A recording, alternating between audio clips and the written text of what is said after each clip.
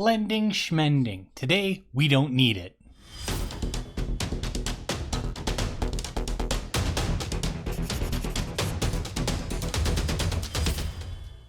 That's right, today I'm not doing any blending. That means no airbrush, no loaded brush, no wet blending, not even dry brushing.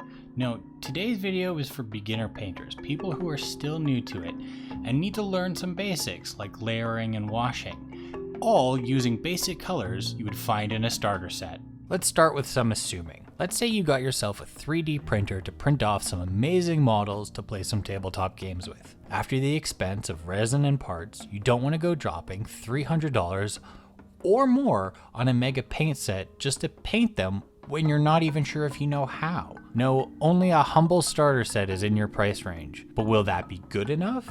I'm here to show you that it is, and I'll be showing you on this amazing Saurian Warrior from one-page rules. So I myself, being the enthusiastic hobbyer I am, I've already spent far too much money on paint already. So my starter set is going to have to be simulated.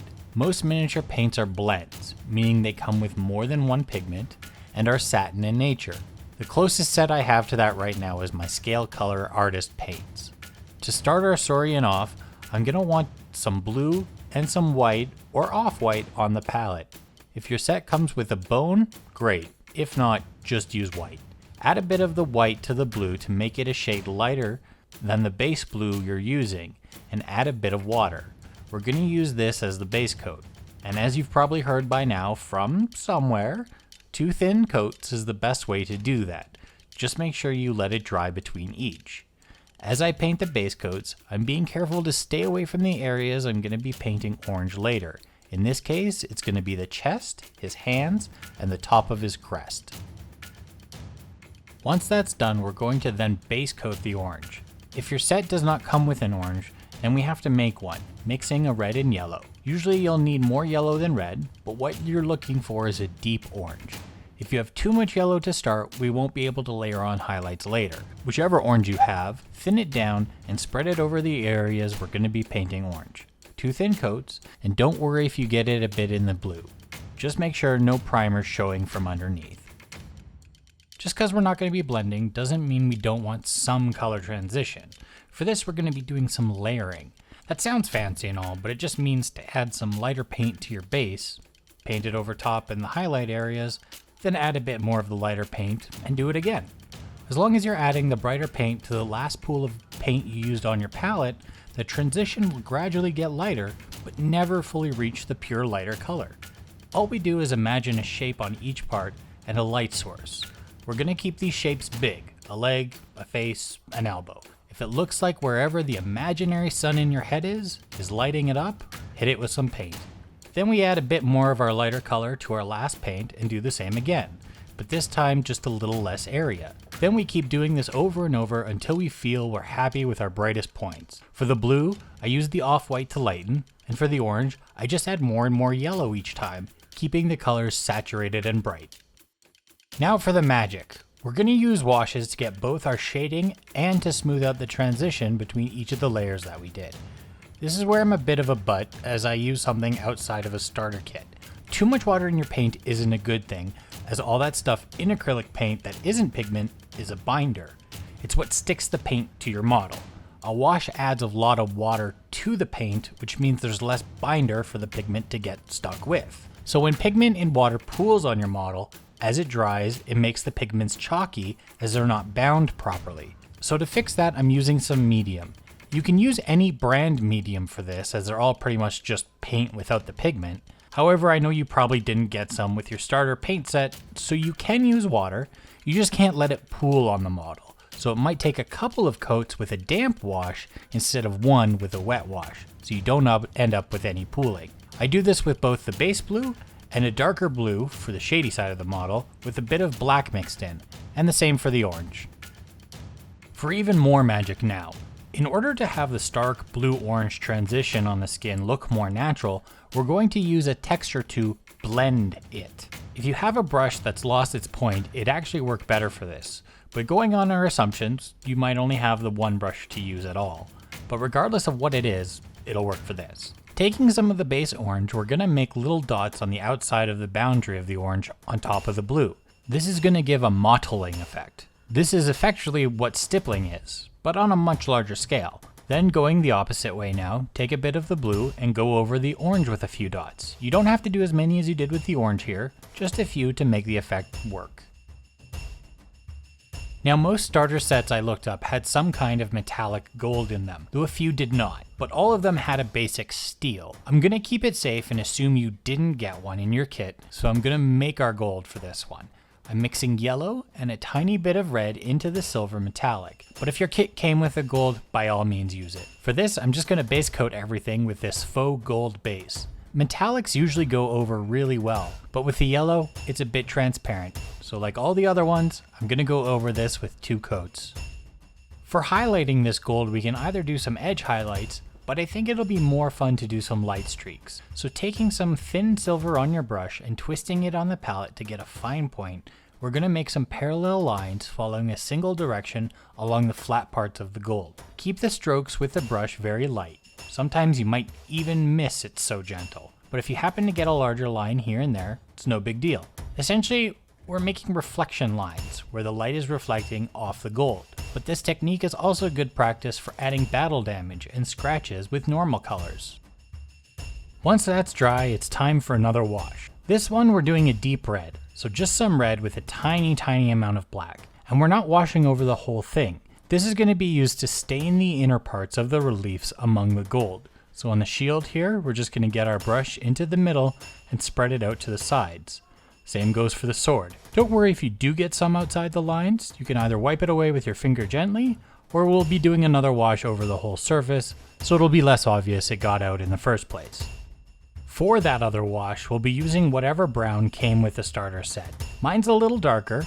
If yours is brighter, you can add a bit of black to it, but either way, we're also going to add a bit of red, so its tone matches the rest of our gold.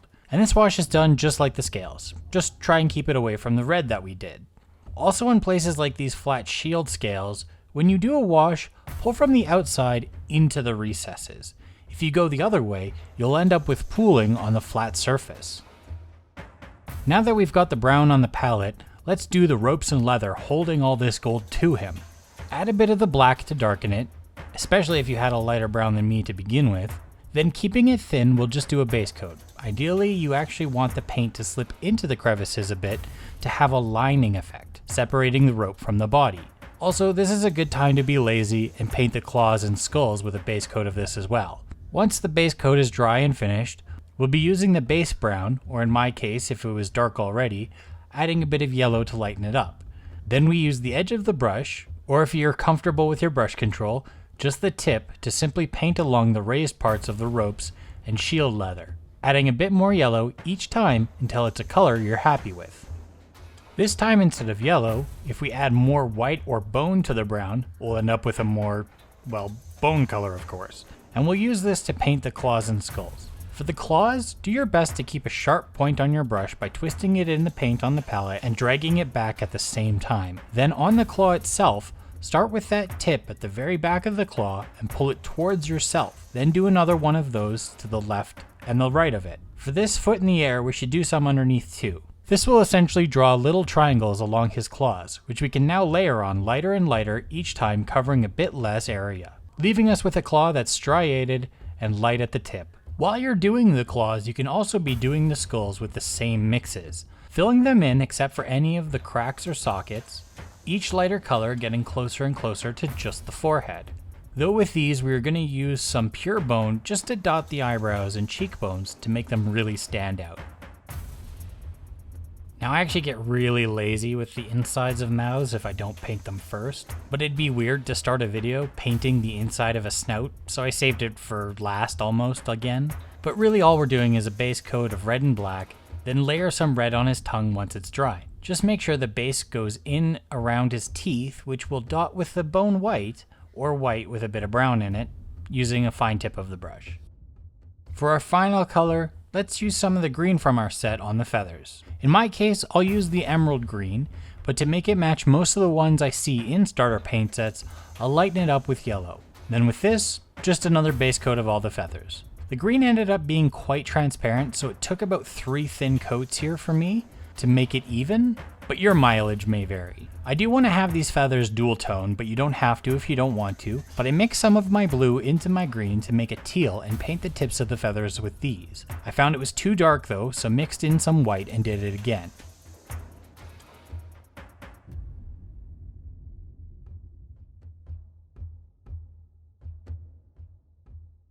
For the green, I also mixed in a bit of white, then using the tip of my brush added dots and lines along the feathers, again using that texture to give them shape rather than a blend. And finally, to finish them off, just a wash of the base green with a little black added. The final touches now, the eyes. This is one of the things new painters dread the most, but since our Saurian here has quite pronounced eyeballs, it won't actually be that difficult. Saturate your brush with paint. In my case, I'm going to layer orange and yellow, but if you're worried, just do a dot of yellow and call it a day. Go at the eye with your brush like you're about to skewer it with a pen. Spread the paint over the orb, and then pull up exactly center in the eye.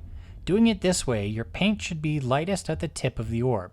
I added a dot of black to each eye for pupils as well, but if you're unsure about your stability, by all means leave it out. So there we have it, a complete Saurian Warrior ready for battle on the tabletop without any blending. Will it win you a golden demon? No.